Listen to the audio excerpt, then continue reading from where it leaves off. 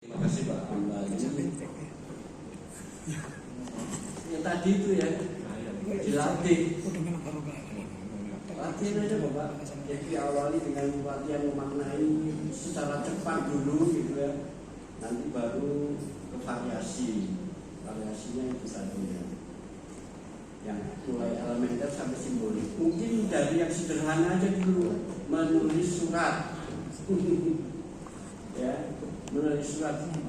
Bagaimana mendeskripsikan realitas? Itu aja dulu, mendeskripsikan realitas. Ya. Bapak punya masalah apa sekarang? Enggak. Ada masalah apa? Iya terserah masalah ya apa gitu ya. Atau mengalami apa? Coba deskripsikan dulu. Saya tadi bilang saya terkagum sama Didi Kempot ya dalam mendeskripsikan realitas kejiwaannya itu ketika ditinggal pacarnya. Ditinggal pergi itu macam-macam versinya. Janji nih lungo rasuwe-suwe kan gitu ada. Hah? Apa enggak tahu apa karena nggak dengarkan Didi Kempot nanti di YouTube dibuka Pak.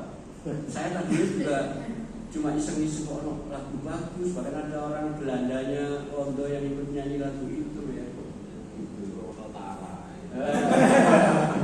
Jadi ekspresikan dulu aja Pak. Itu latihan. Mohon maaf ya, saya kenapa saya bisa menulis buku sebegitu banyak ya karena sudah terbiasa menulis.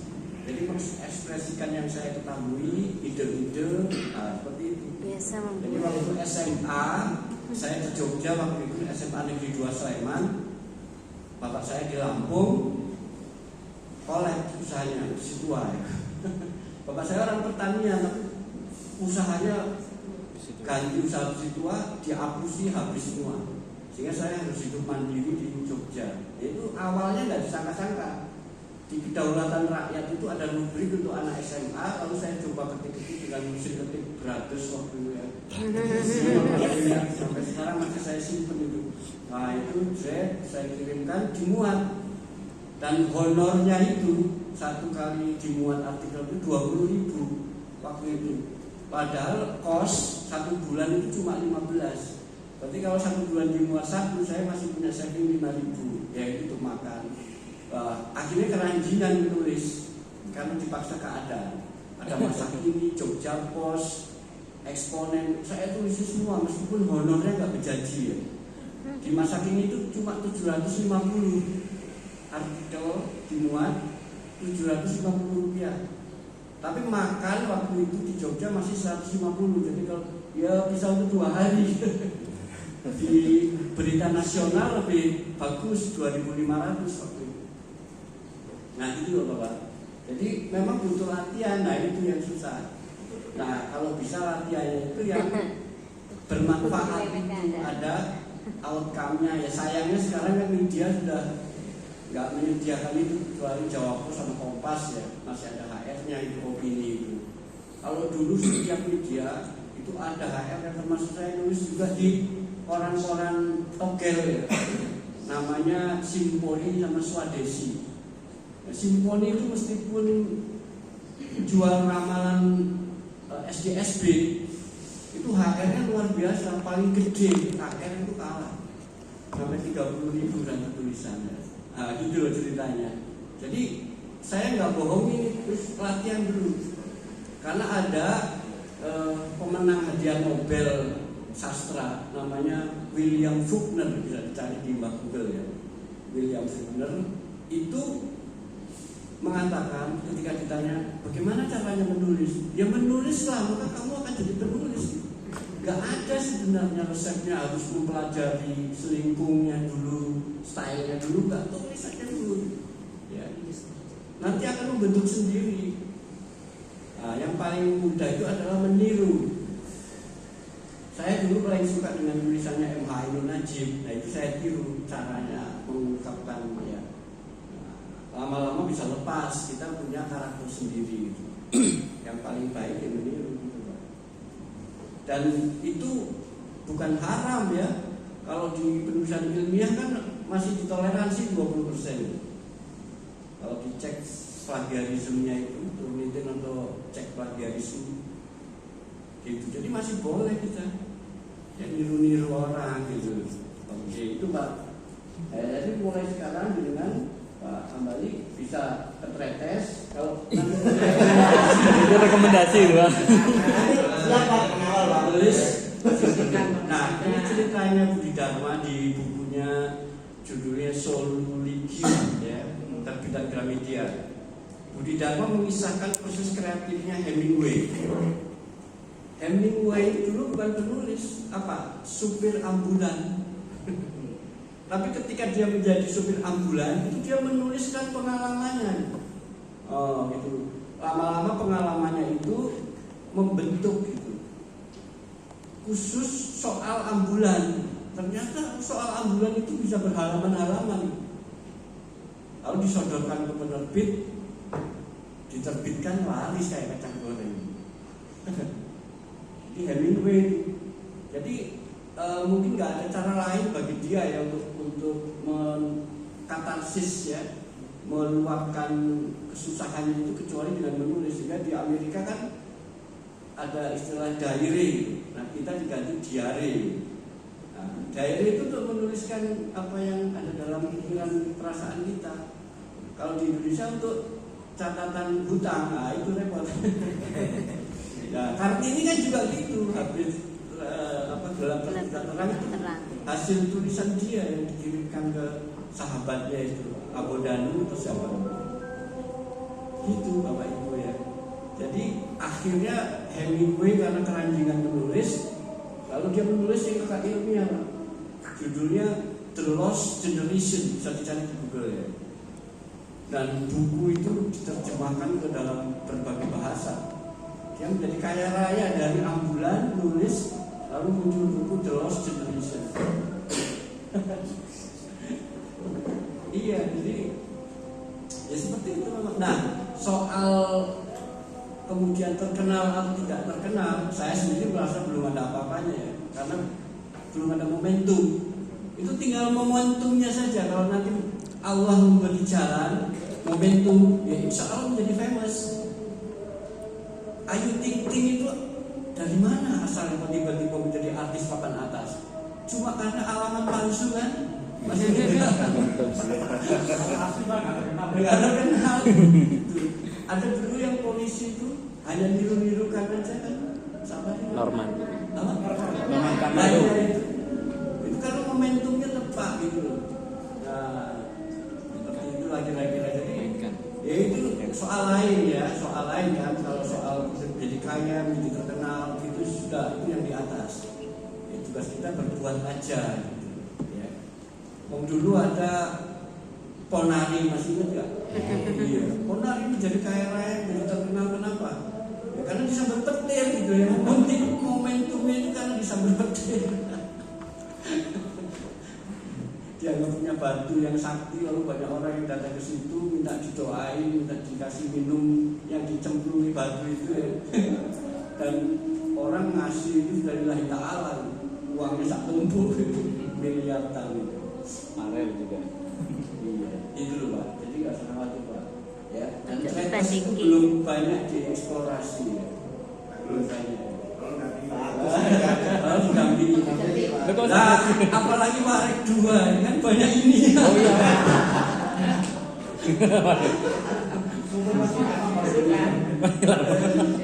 Saya iri ya sama dosen-dosen di Malaysia ya.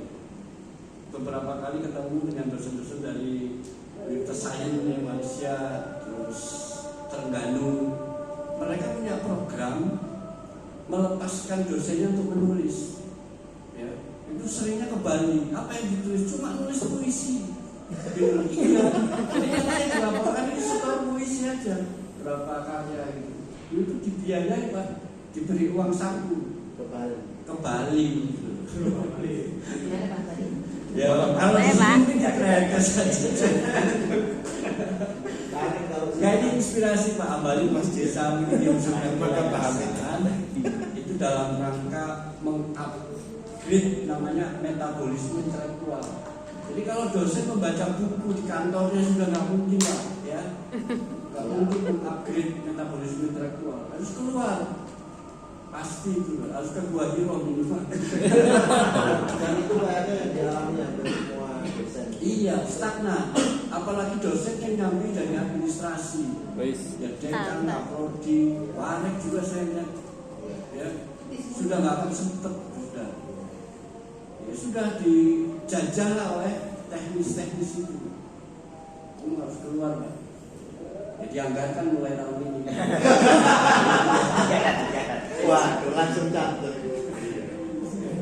Iya. Apa kalau ini mungkin ya perlu dibagi dengan kita terkait bagaimana kesulitan penulis pemula itu seperti apa itu? Itu mungkin perlu bisa pengalamannya Pak Edi, karena juga kita ini juga mungkin dosen sudah lama. Satu pun saya nggak ada terbit, gagal semua karena printingnya rusak masalahnya. Mungkin itulah bisa jadi ini ya. Terus bagaimana mengatasi persoalan, misalnya kesulitan dalam konteks misalnya memaknai fenomena, kemudian agar makna fenomena ini menjadi sesuatu yang menarik untuk jadi buku. Karena kalau hanya buku-buku biasa bisa jadi gregetnya kurang ya. Nah, bagaimana menyiapkan semua itu dari kasus kesulitan tadi di pemula, terus kemudian sampai menemukan memaknai dari fenomena itu, kemudian mencari titik fenomena itu, ini yang paling masuk nih. Ya, sebentar saya buka file di sebelah saya. Saya banyak virusnya tak lama, coding virus. Karena pertanyaannya sulit ya.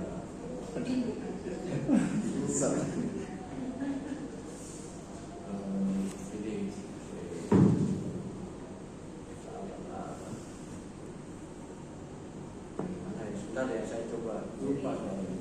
Saya kebetulan mengajar filsafat ilmu di S3, jadi materi S3. Oh, bukan ini aksiologi. Kalau bicara itu, ya, kan untuk membangun ilmu pengetahuan itu ada 3 pilar: aksiologi, epistem, dan ontologi. Ya, dari mana dia maksudnya? Kalau masuknya dari aksiologi, ya berarti harus cari tahu dulu fungsi relevansinya itu ya. Tidak ada pengayaan.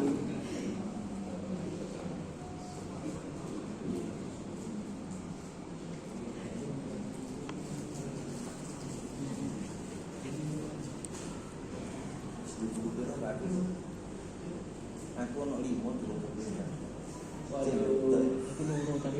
Aku loro tapi karena sing Materi perkuliahan sebenarnya itu 1 semester dijadikan. Tapi tadi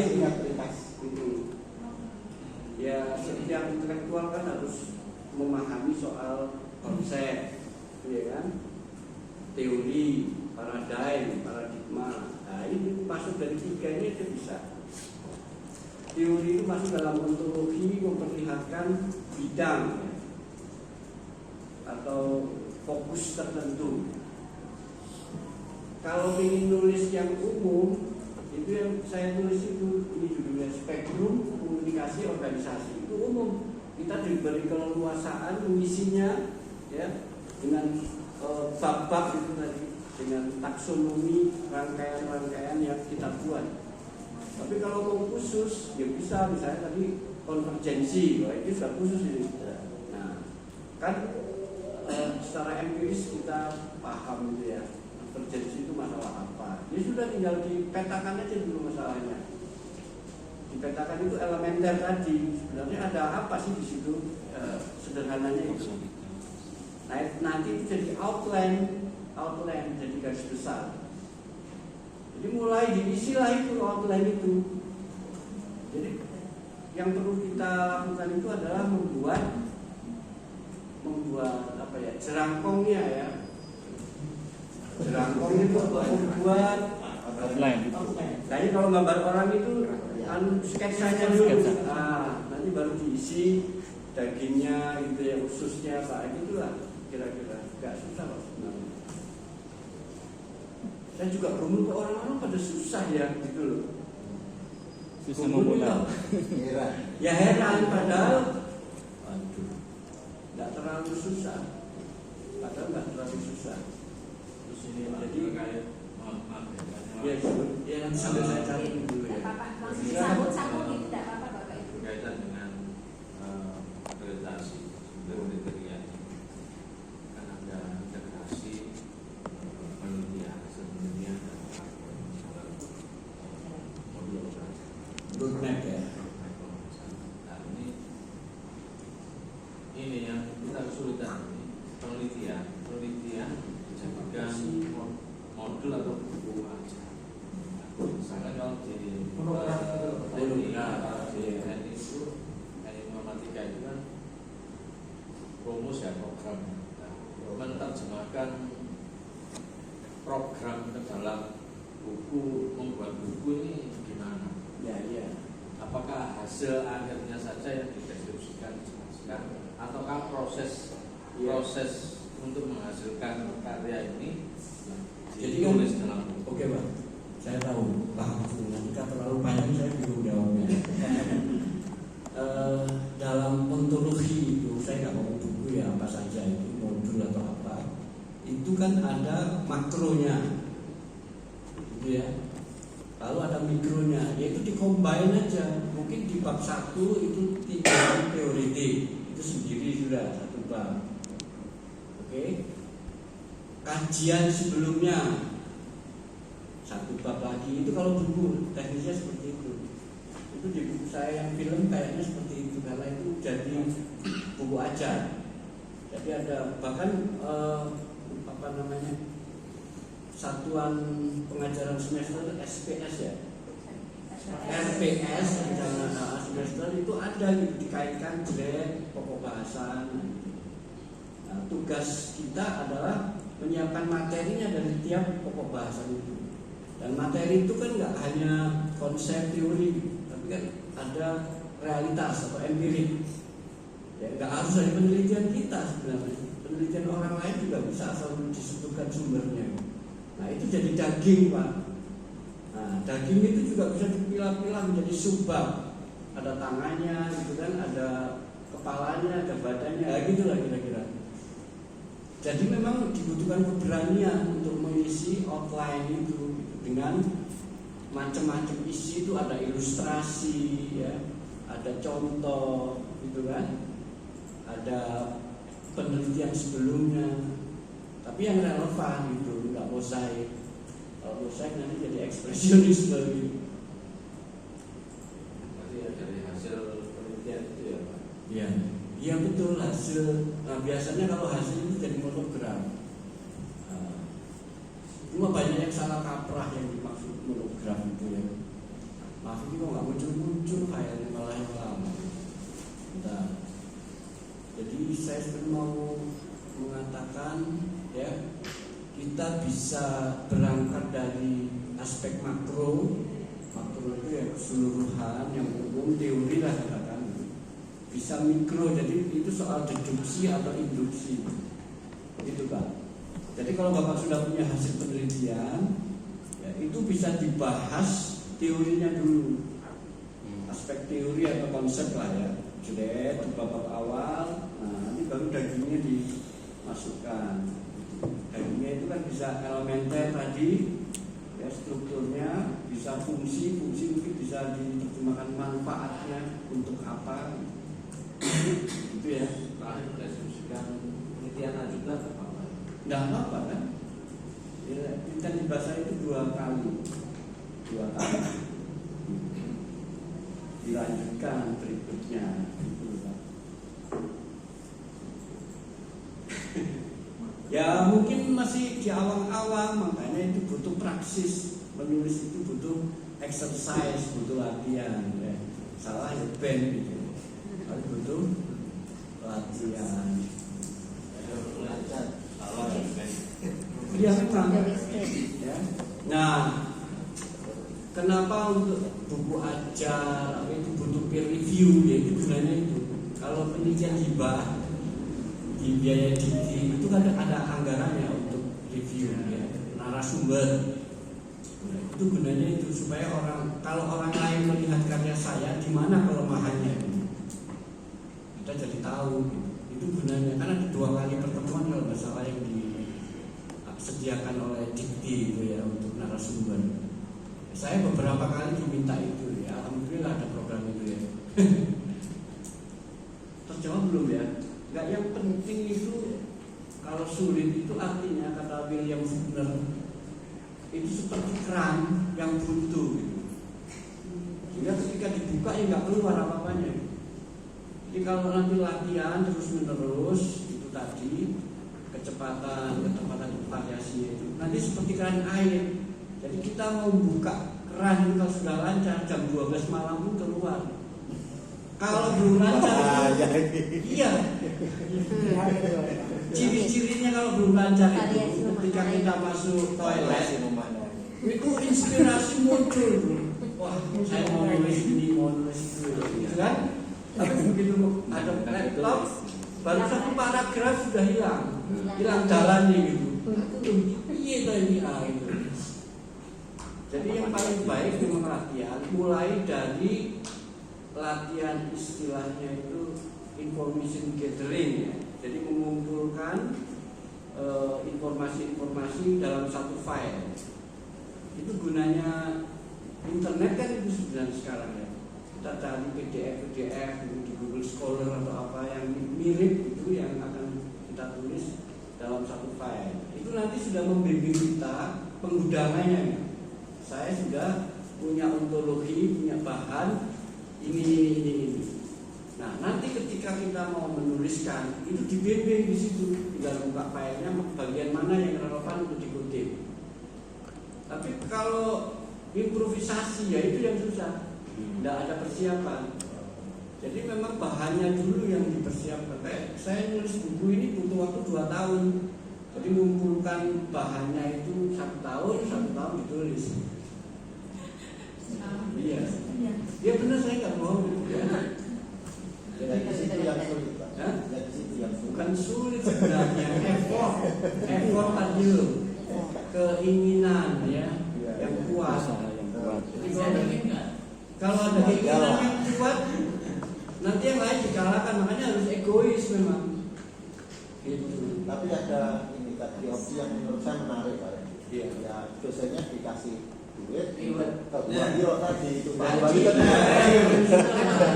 yang menulis ya. Itu bisa nanti, Pak. Ini ya. Di alam kesenyapan itu kan.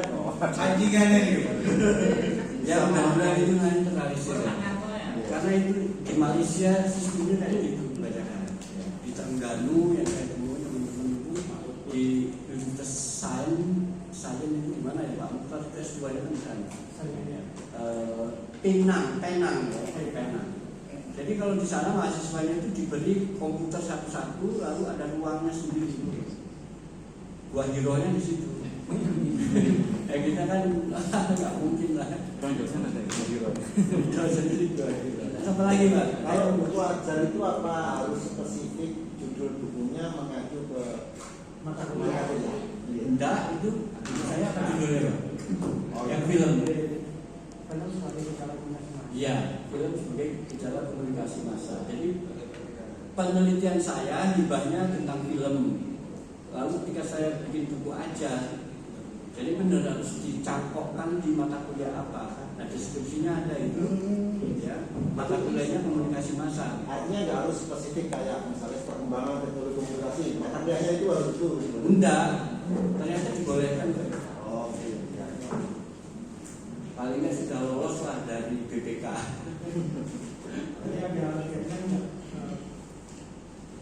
bakunya untuk informasi dari penelitian ini wajar atau kemudian ke monograf. Kalau monograf itu mestinya banyak referensi yang sudah kita tulis gitu. Ya. Jadi setelah kita banyak karya-karya itu, nah itu mereverse-nya ke tulisan kita. Itu untuk monograf. Kalau untuk jurnal malah nggak boleh kita terlalu banyak mengutip tulisan kita, itu nanti dianggap plagiarisme juga, memperbanyak citasi ya supaya indeks scholar kita tambah Untuk plagiasi. atau Tutup umum. Bisa jadi sepilan dari apa bahasa saya Sempalan. Sempalan dari sekian materi yang kita sampaikan pada proses kuliah, bisa juga jadi buku ajar. Iya, ya harusnya memang buku ajar itu berisi materi RPS gitu. Nah, orang menyederhanakannya sebagai modul gitu. Ya kan? Sebenarnya itu Tapi RPS. tidak harus keseluruhan RPS itu ya Pak ya. Buku ajar. Ya mestinya keseluruhan supaya proses belajar mengajar itu transparan gitu, bahwa materi ini diambil dari referensi ini. Gitu. Makanya kalau di buku itu, di buku ajar saya itu ada setiap bab itu ada referensinya. Ya, kan ada 16 pertemuan kan gitu kan ya. Pertemuan pertama, pendahuluan, kedua apa. Nah, itu ada tujuannya, ada lengkap referensinya supaya mahasiswa bisa melacak lebih jauh kalau ingin tahu ya. Gitu. Jangan sekali-kali kita mengutip dari orang lain tanpa menyertakan sumbernya ya.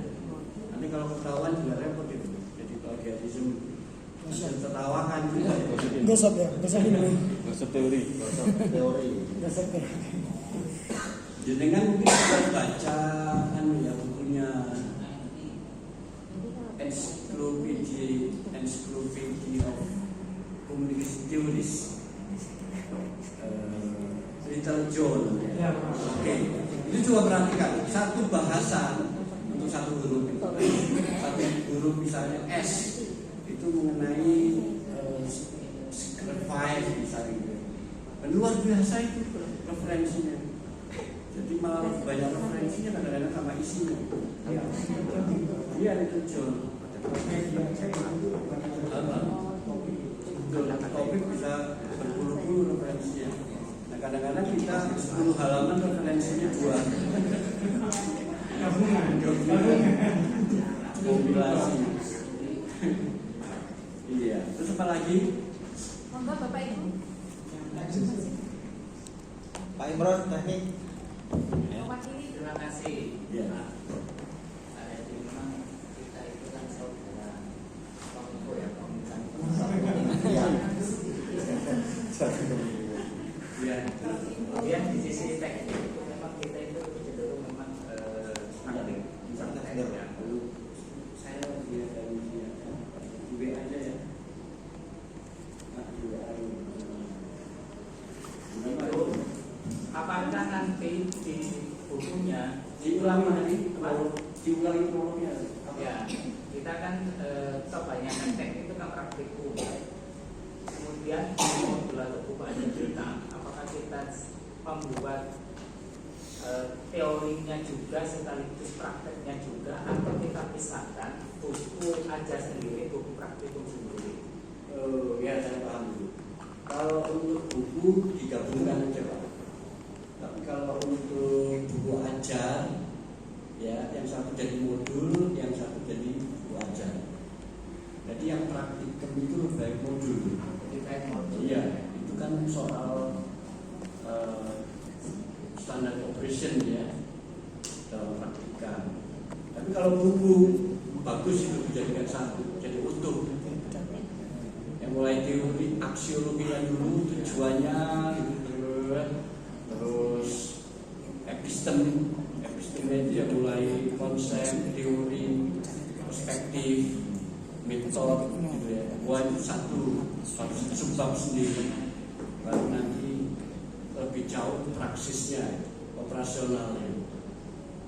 Gitu Pak. Sebenarnya ilmu menulis memaknai itu ya hanya itu aja. Interface antara filsafat ilmu, metode penelitian dan teori, sudah itu aja. Prakteknya. Nah iya, prakteknya itu kan di wilayah. Sangat mendukungnya itu kan. Iya. Prakteknya itu di wilayah namanya ontologi, isinya untuk materialnya. Ya, saya yakin masih banyak yang di awal-awal. Saya sendiri masih di awal-awal karena saya kenal teknik ya. Tapi pengalaman saya menulis seperti itu Pak. Cuma pengalaman itu kan experience itu kan subjektif ya, pribadi sekali. Nah, tadi itu kadang-kadang sukses diikuti, kadang-kadang enggak. Nah, itu tergantung hidayah. Nah, makanya ketika mau memulai harus bismillah gitu. Kadang-kadang melupakan itu. Saya masih percaya soal religiosity itu ya. Ini dunia gadget kita ini kan setan sebenarnya. Elektromagnetik itu apa? Ini setan ini panas. Makanya ketika kita membuka tanpa menyebut nama Allah, sering disasar. Ya, kita nggak ingat, tapi kadang-kadang dia merobos gitu kan. Iya. Ada snack misalnya tiba-tiba merobos. Itu goyangan-goyangan. Aduh, nah, gitu. Akhirnya kita kepo, ya diklik juga kan. Wah, gambar ini terus naik ya. Nah, gitu.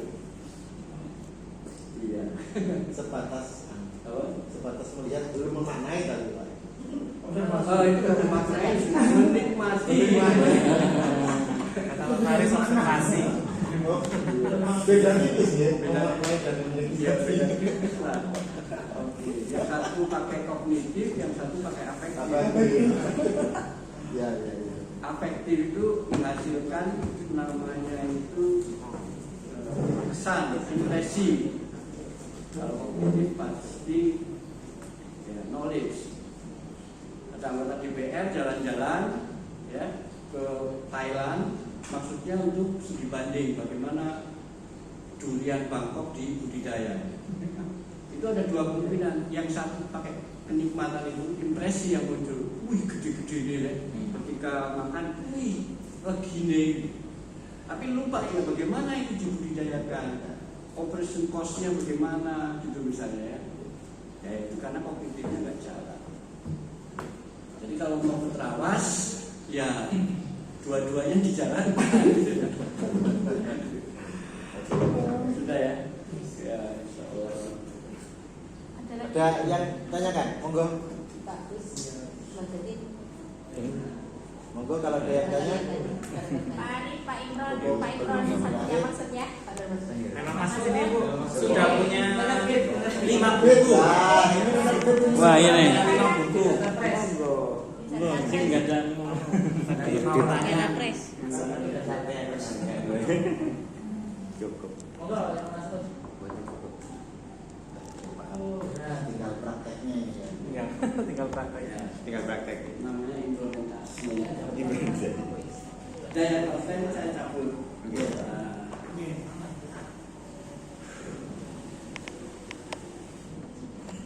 Ada yang tanya nih.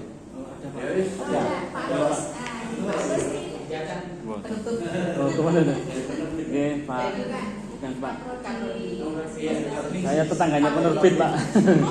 Jadi ini saya minta konsultasi nih dalam hal penulisan.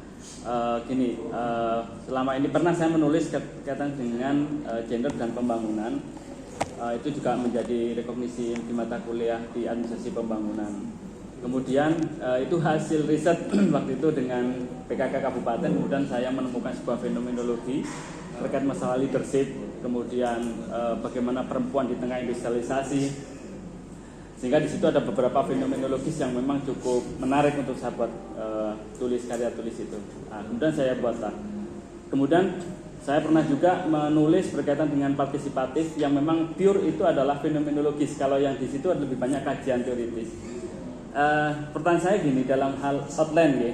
Jadi outline itu memang penting dan saya pernah menyarankan di berbagai mahasiswa di publik itu kalau bingung dalam mengolah data itu pasti. Kita sudah banyak data, kemudian kita memilah itu kan itu menjadi sebuah persoalan juga itu. Sehingga saya menyarankan membuat semacam outline. Pertanyaan saya gini, kalau misal kita berangkat dari sebuah pengamatan fenomenologis, kemudian kita tarik menjadi sebuah gaya ilmiah yang memang itu dalam analisisnya ada teori. Cuman kalau murni kayak di skripsi itu kan guidance-nya kan teori, sehingga dalam menentukan outline-nya bisa memakai teori. Nah, apakah kalau yang tadi yang pertama fenomenologis, bagaimana saya menulis yang kedua kaitannya dengan partisipasi perilaku masyarakat Nahdliyin di kabupaten dalam berpolitik, itu murni fenomenologis, sehingga saya harus berani untuk membuat outline. Untuk ya salah satunya adalah pengaruh media sebagai prevensi perilaku politik dan sebagainya. Itu yang sebenarnya tidak ada teori untuk mendasari itu, tapi harus saya memberanikan untuk memplotting gitu ya. Bagaimana ketetapan koridor yang benar Pak untuk membuat outline-nya itu?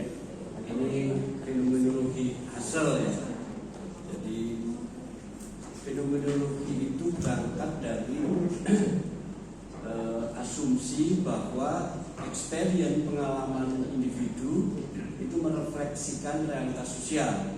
Jadi meskipun tadi saya jawab dari ujungnya ya, meskipun studi soal partisipasi itu bukan hasil pengamatan si peneliti yang ditulis, tapi hasil pengakuan dari si pengalaman orang-orang itu, ya, itu fenomenologi itu.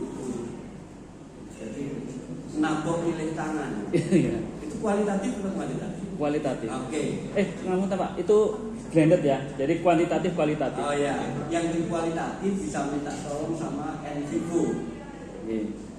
NVivo nanti akan menolong coding-coding ya, yang itu sering muncul dalam transkrip jadi memang sebenarnya itu sampai ke wilayah itu butuh proses. Ada bukunya Creswell ya, itu dimulai dari catatan harian. Makanya penelitian dikti hibah itu juga kita diminta untuk mengupload catatan harian dari penelitian kita ini. Catatan harian nanti jadi transkrip, ya. Transkrip kalau MDAP itu singkatan Manual Data Analysis Procedure, oke, dibikin coding. Jadi dari sekian banyak pernyataan dari hasil penelitian kita itu dibikin coding. Oh ini apa? Esensinya apa? Jadi keyword ditulis dulu. Sayang ini sudah saya tutup, sebenarnya ada di sini.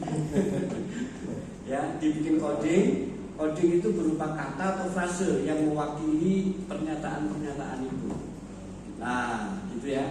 Kalau pakai NVivo itu enak. Nanti jadi memos.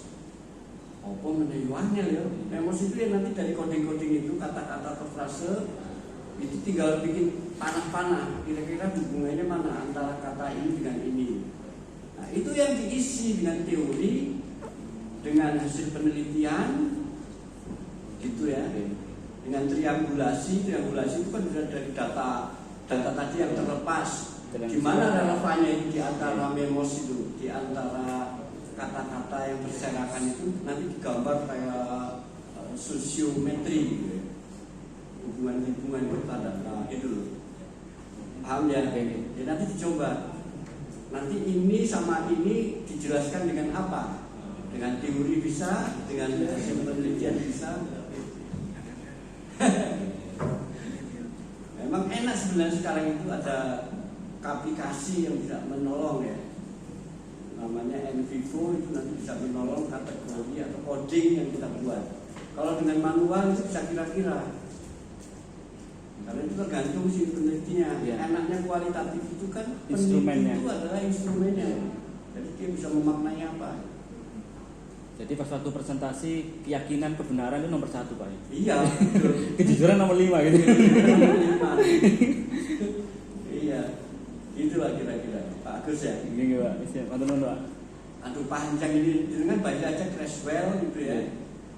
Apa judulnya saya lupa. Itu soal, iya, memos atau cari di Mbah Google contoh memos nanti akan diberi tahu contoh-contohnya.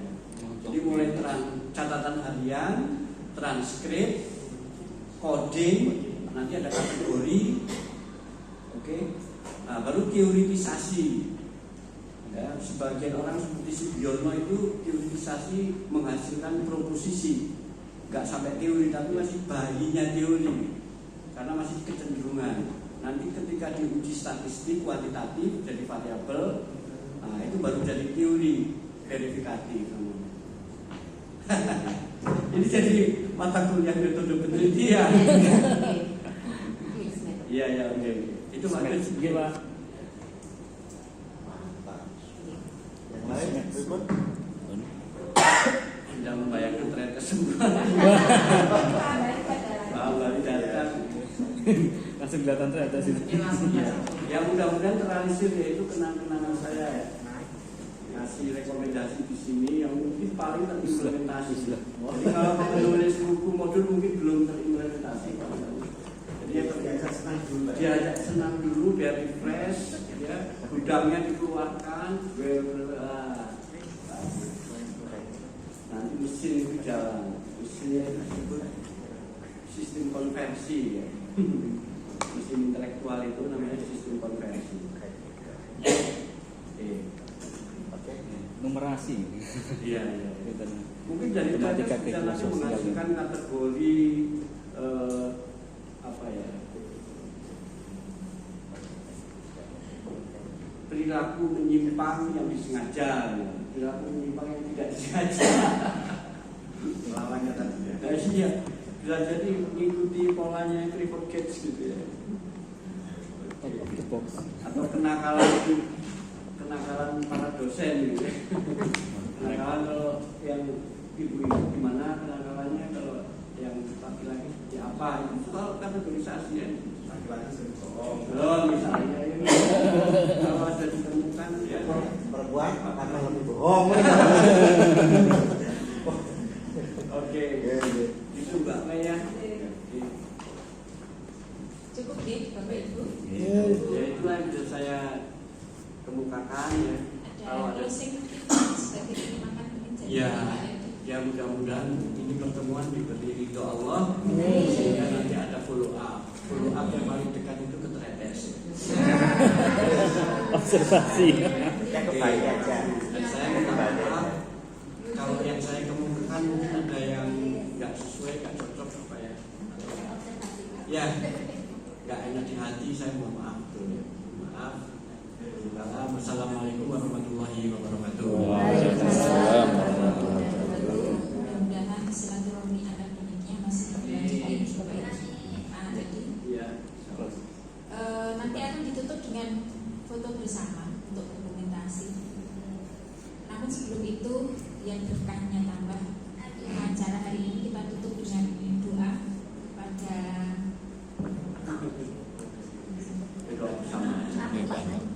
Yang pakai songkok Bu, yang pakai songkok. Yang pakai songkok. bersama sedikit Bapak Ibu untuk mengakhiri workshop siang hari ini. Mari kita tutup dengan doa. Sekali lagi semoga pertemuan ini menambah manfaat, semangat terutama untuk kita menghasilkan apa istilahnya hasil karya ya.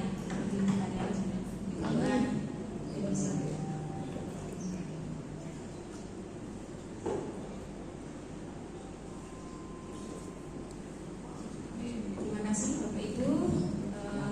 Dari saya selaku pemandu acara hari ini, kurang lebihnya mohon maaf. Assalamualaikum warahmatullahi wabarakatuh. Foto bersama dulu Bapak Ibu. Kalau Oke, ya.